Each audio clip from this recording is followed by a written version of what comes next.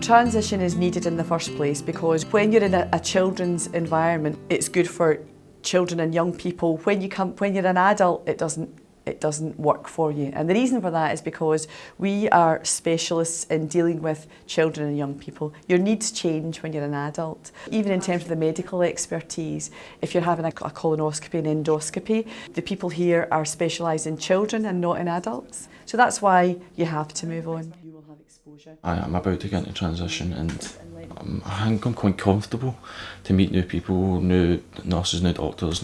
I have a nurse, Vicky, a really good nurse. I've known her for many years. It doesn't feel good, obviously, to leave that relationship, but you're surrounded with kids constantly. Even the beds in the kids thing, we have to becoming too small for me. There is a lot of anxiety around it, and we have, we've got guidance to help with that. The main thing is that the young person sitting in front of you feels prepared for that. I found out what transition meant probably when I was 16, and at first I was sort of like to my mum, why do I have to move? I feel comfortable in the children's unit and I don't want the stress of change. So I was prepared for transition as they explained it all to me really clearly. They made it really easy. I would say there isn't a huge difference in care, but it feels more grown up and less of a big deal almost, because I see people turn up for their infusions in their suits, they sit there with their iPad half an hour and then they go to work. So it feels much more natural and much easier to be included in your life, whereas in the children's unit, as I say, it would take 4 hours, it would be the whole day gone.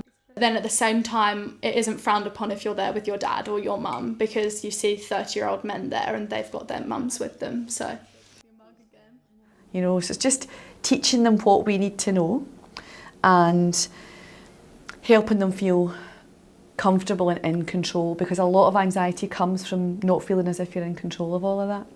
And we teach them, well, if you're on it, or you write it down, you stick it in your phone, or you write it in a way, you don't need to worry about that. You just make sure you've got your phone with you so that you know what medicines and things you're on. My kids use their phone all the time. Moving between the different types of care, so from paediatric to adolescents, transition clinic to adult, can be really difficult. But the hospital you leave, or the clinic you leave, or even the team you leave, the next one care just as much. You're not going to go to a horrible place where people don't care. You're going to go somewhere where they care just as much as where you were.